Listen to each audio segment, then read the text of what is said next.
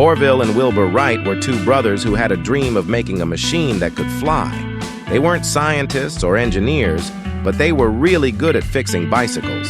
They loved learning how things worked, and they always thought about how they could improve them. One day they decided to take on a big challenge, building the world's first airplane.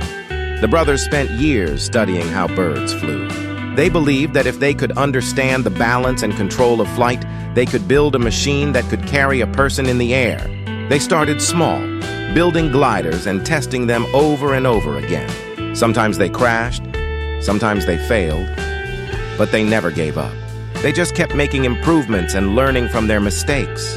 In 1903, after years of hard work, they were ready to test their latest machine, which they called the Flyer.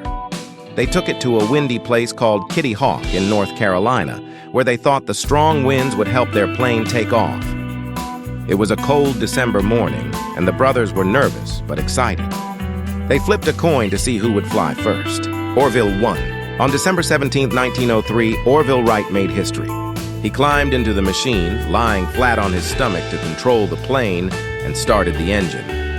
The plane lifted off the ground and stayed in the air for 12 seconds. It wasn't a long flight, but it was the first time a powered machine had ever flown with a person on board.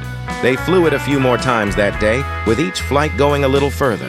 The longest flight lasted 59 seconds and covered 852 feet. Though their first flights were short, the Wright brothers had done something no one else had managed to do. They had flown. They had built the first airplane, and their invention changed the world.